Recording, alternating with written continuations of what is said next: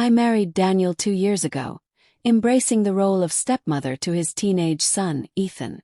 Our home in suburban Chicago was meant to be a fresh start for all of us.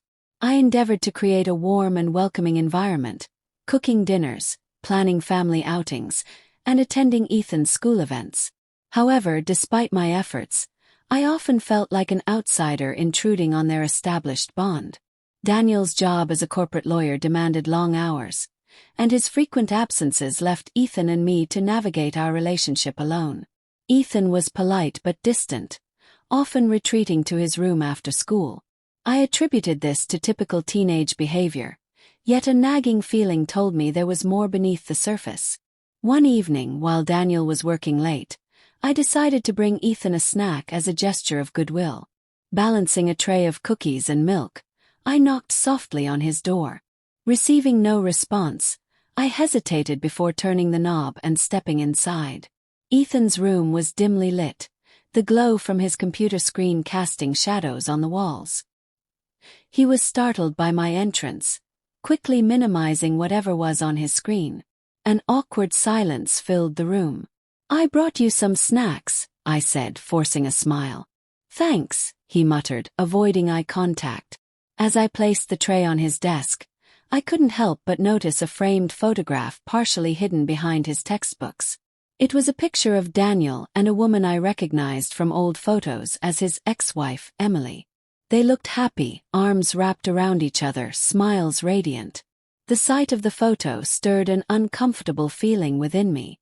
I knew Ethan missed his mother, who had moved to another state after the divorce, but I hadn't realized he kept such a prominent reminder of their past life. I didn't mention the photo, instead offering a brief good night before leaving his room. That night I lay awake, thoughts swirling. I wondered if Ethan resented my presence, viewing me as an intruder disrupting the possibility of his parents' reconciliation. I also pondered Daniel's feelings. Did he still harbor affection for Emily? These insecurities gnawed at me, but I dismissed them as overreactions, convincing myself that blending families took time and patience. In the following weeks, I noticed subtle changes in Daniel's behavior. He became more secretive, guarding his phone and stepping outside to take calls. When I inquired, he brushed off my concerns, attributing it to work-related stress. Yet, the distance between us grew, an invisible barrier I couldn't penetrate. One Saturday afternoon, while tidying up the living room, I found a receipt tucked between the couch cushions. It was from an upscale restaurant downtown, dated 2 nights prior, a night Daniel had claimed to be working late. My heart raced as I tried to rationalize the discovery. Perhaps it was a business dinner. But why hadn't he mentioned it? Doubt began to creep into my mind, each unexplained absence and hushed phone call adding to my growing unease. I wanted to confront Daniel to demand answers, but fear held me back. What if my suspicions were unfounded? What if I was misinterpreting innocent actions? Instead, I confided in my friend Lisa over coffee. She listened patiently, her brow furrowing with concern. "Trust your instincts," she advised. "But don't jump to conclusions without evidence. Keep an eye out for any other signs." Taking her words to heart, I became more observant, noting every inconsistency, every vague explanation. The harmonious life I had envisioned seemed to be unraveling, and I felt powerless to stop it. One evening, as I was preparing dinner, Daniel announced he had to leave for a sudden business trip. His eyes avoided mine as he spoke, and a familiar pang of suspicion tightened in my chest. "Where to this time?" I asked, striving to keep my tone light. "New York," he replied curtly, already turning away. After he left, I sat alone at the dining table, the untouched meal growing cold. I glanced at Ethan's closed bedroom door, wondering if he sensed the tension that had settled over our household. The walls that confined us seemed to whisper secrets, and I feared what truths they might reveal. In the weeks following Daniel's abrupt business trip to New York, a series of subtle yet unsettling changes began to permeate our household. His once predictable routines became erratic, marked by late-night meetings and unexplained absences. When questioned, His responses were evasive, often accompanied by a palpable tension that hadn't existed before. Ethan, too, exhibited a shift in behavior. His customary aloofness transformed into a guarded demeanor, and he became increasingly protective of his personal space. The door to his room, once occasionally open, now remained perpetually closed, and any attempts to engage him in conversation were met with monosyllabic replies or feigned interest. One evening, while folding laundry, I noticed a distinct change in Daniel's wardrobe. Items I hadn't seen before, designer shirts and expensive cufflinks, had appeared without explanation. When I inquired about them, he dismissed my questions with a casual, "Just some things I picked up for work." This newfound attention to his appearance was uncharacteristic and fueled my growing unease. Our intimacy suffered as well. Daniel's affection waned, and our conversations became superficial, stripped of the warmth and connection we once shared. Nights that were once spent together were now occupied by his prolonged hours in the home office, door closed, with a faint murmur of hushed phone calls seeping through the walls. Compelled to seek clarity, I turned to online forums and support groups dedicated to individuals facing similar marital uncertainties. The stories I encountered mirrored my own experiences. Partners exhibiting secrecy, emotional withdrawal, and unexplained changes in behavior. The consensus was clear. These were potential indicators of infidelity. Armed with this newfound perspective, I began to observe Daniel more closely. His phone, once left casually on the kitchen counter, was now a permanent fixture in his pocket, always set to silent. On one occasion, I caught a glimpse of a text message preview from a contact saved under a generic name, Alex, which he quickly dismissed when he noticed my gaze. Determined to uncover the truth, I discreetly checked our shared financial statements. Unfamiliar charges appeared. Lavish dinners at restaurants we had never frequented together, hotel bookings in neighboring cities, and purchases from high-end boutiques.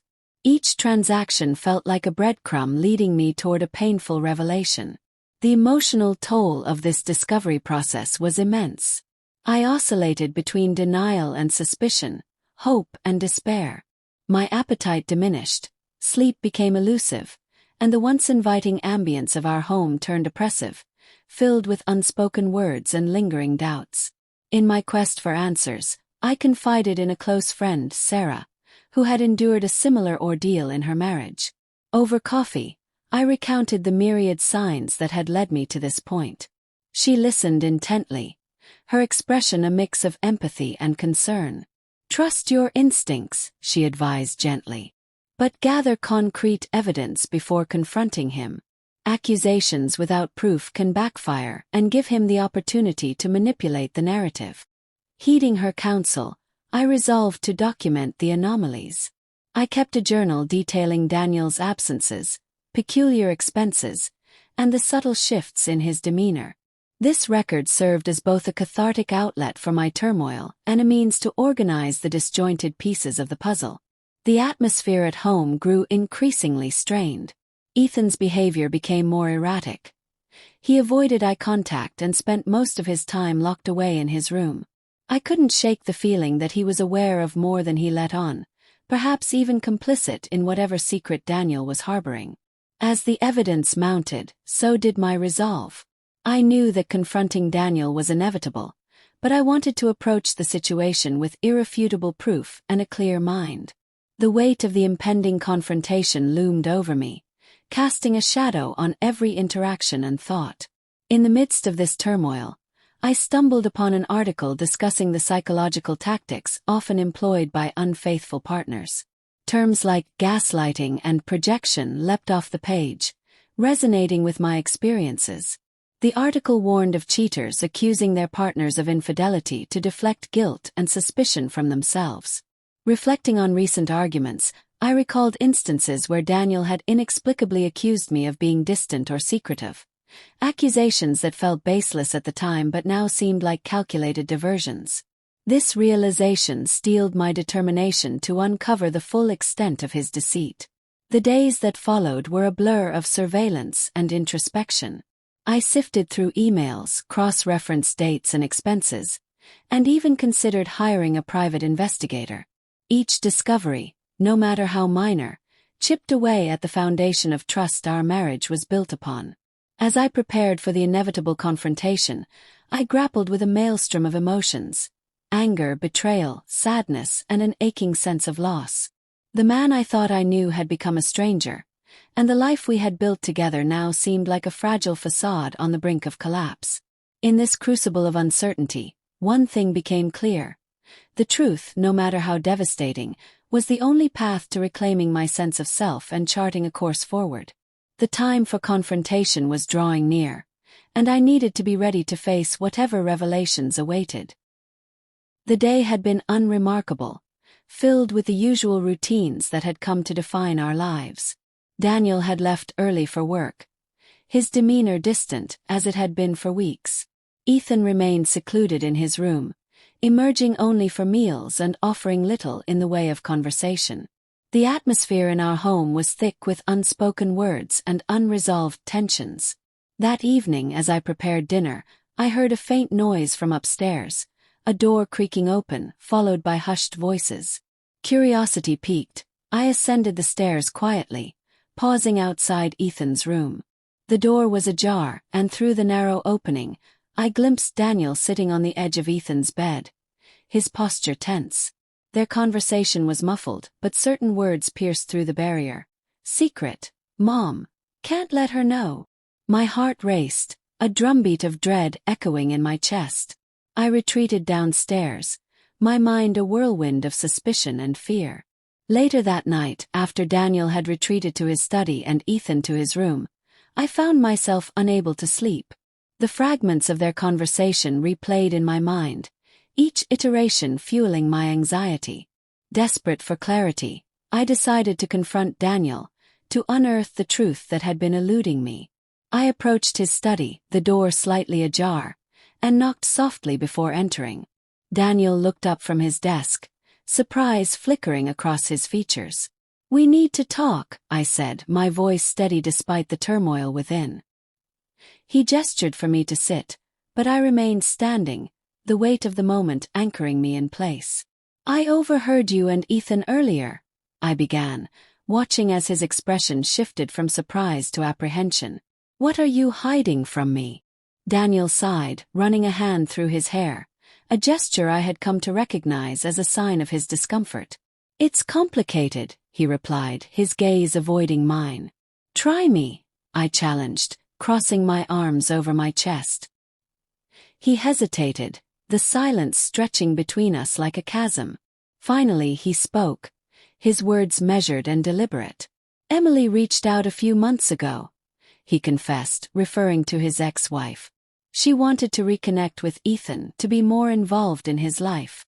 I felt a pang of guilt for the relief that washed over me. This was not the revelation I had feared. "Why keep that a secret?" I asked, my tone softening. "Because it wasn't just about Ethan," he admitted, his eyes finally meeting mine. "We started talking about the past, about what went wrong. It stirred up old feelings, and I didn't know how to handle it." The relief I had felt moments before evaporated, replaced by a cold wave of betrayal. "Are you saying you've been seeing her?" I demanded, my voice rising. "Not in the way you're thinking," he insisted, standing to approach me. "We met a few times to talk, but it never went beyond that." "Why didn't you tell me?" I asked, stepping back to maintain the distance between us. "Because I was confused," he admitted, his expression pained. "I didn't want to hurt you, and I didn't know if these feelings were real or just remnants of the past." I stared at him, searching for the man I had married, the man I thought I knew. The foundation of our relationship seemed to crumble beneath the weight of his confession. "I need time to process this," I said finally, turning to leave the room. Daniel reached out, his hand brushing my arm. "Please, let's talk about this," he pleaded. "Not tonight," I replied, pulling away. "I can't do this right now." I retreated to our bedroom, closing the door behind me. Leaning against it, I allowed the tears I had been holding back to flow freely. The life I had built, the family I had fought to create, now felt like a fragile facade, shattered by the intrusion of the past. The following days were a blur of strained interactions and forced civility. Daniel attempted to bridge the gap between us, but I remained guarded, unwilling to expose my wounded heart to further pain. Ethan sensed the tension, his behavior oscillating between concern and withdrawal. One evening, as I sat alone in the living room, Ethan approached me, his expression hesitant. "Can we talk?" he asked, his voice barely above a whisper. I nodded, gesturing for him to sit beside me. "I'm sorry," he began, his eyes fixed on the floor. "I knew about Dad and Mom talking, and I didn't say anything. I thought it was for the best." I placed a hand on his shoulder, offering what comfort I could. "It's not your fault," I assured him. "This is between your father and me." "But it affects all of us," he insisted, his gaze finally meeting mine. "I just want us to be a family." His words pierced my heart, a poignant reminder of the stakes involved. I pulled him into an embrace, holding on to the hope that somehow we could navigate this storm together. In the days that followed, Daniel and I engaged in difficult conversations, peeling back the layers of our relationship to confront the issues that had led us to this point. It was a painful process, filled with moments of anger, sadness, and vulnerability. But amidst the turmoil, there was a glimmer of hope, a chance to rebuild, to redefine our commitment to each other and to our family. The road ahead was uncertain, fraught with challenges and the lingering shadows of the past. But together we resolved to face whatever came our way, united in our desire to heal and to forge a new path forward. In the aftermath of Daniel's confession, our household existed in a state of fragile equilibrium. The revelation of his emotional entanglement with Emily had shattered the trust between us, leaving behind a chasm filled with uncertainty and pain. Ethan, perceptive beyond his years, sensed the tension that now permeated our interactions. His once guarded demeanor softened, revealing a vulnerability that mirrored my own. One evening, as we sat together in the living room, he broke the silence that had settled over us. "Mom, are we going to be okay?" he asked, his voice tinged with apprehension. I reached out, taking his hand in mine. "We're going through a tough time, but we'll face it together." His eyes searched mine, seeking reassurance. "Is Dad going to leave?" The question pierced my heart, echoing the fears I had kept buried. "I don't know, Ethan. But no matter what happens, we both love you very much." In the days that followed, Daniel and I navigated a delicate dance of coexistence. Our conversations were polite but devoid of the warmth that once characterized our relationship. The weight of unspoken words hung heavily between us, a constant reminder of the fracture that had occurred. One evening, as I prepared dinner, Daniel approached me, his expression earnest. "We need to talk," he said softly. I nodded, setting aside the knife I had been using to chop vegetables. We sat at the kitchen table, the same table where we had shared countless meals and memories. "I've been doing a lot of thinking," Daniel began, his gaze fixed on his hands clasped before him. "About us, about everything that's happened." I remained silent, allowing him the space to articulate his thoughts. "I know I've hurt you deeply, and I take full responsibility for that," he continued. "My actions were selfish and thoughtless, and I betrayed the trust that we built over the years." A lump formed in my throat, but I swallowed it down, determined to hear him out. "I want to make things right," Daniel said, his voice tinged with desperation. "I want to rebuild what we've lost, if you're willing to give me that chance." His plea hung in the air, a fragile hope suspended between us. I searched his eyes, seeking the sincerity that had been absent in recent months. "Rebuilding trust isn't easy," I replied slowly. "It takes time, effort, and a genuine commitment to change." Daniel nodded, his expression resolute. "I'm willing to do whatever it takes. Counseling, open communication, complete transparency, whatever you need." The sincerity in his voice stirred a flicker of hope within me, but it was tempered by the lingering pain of his betrayal. "I can't promise that things will go back to the way they were," I said, my voice wavering. "But I'm willing to try, for us and for Ethan." Relief washed over Daniel's face, and for the first time in weeks, a tentative smile curved his lips. "Thank you," he whispered. We sought the guidance of a marriage counselor, embarking on a journey fraught with vulnerability and introspection. In those sessions, we confronted the underlying issues that had festered beneath the surface of our relationship. Daniel acknowledged his fear of aging and the allure of recapturing lost youth through his connection with Emily. I confronted my own complacency, recognizing the ways in which I had allowed the monotony of daily life to erode the intimacy between us. Through these candid discussions, we began to dismantle the walls that had risen between us. We learned to communicate openly, to express our needs and fears without judgment. Slowly, the chasm of mistrust narrowed, replaced by a bridge built on mutual understanding and a shared commitment to healing. Ethan observed these changes with cautious optimism. The tension that had once pervaded our home gradually dissipated, replaced by a renewed sense of unity. We made a conscious effort to spend quality time together, rekindling the familial bonds that had been strained.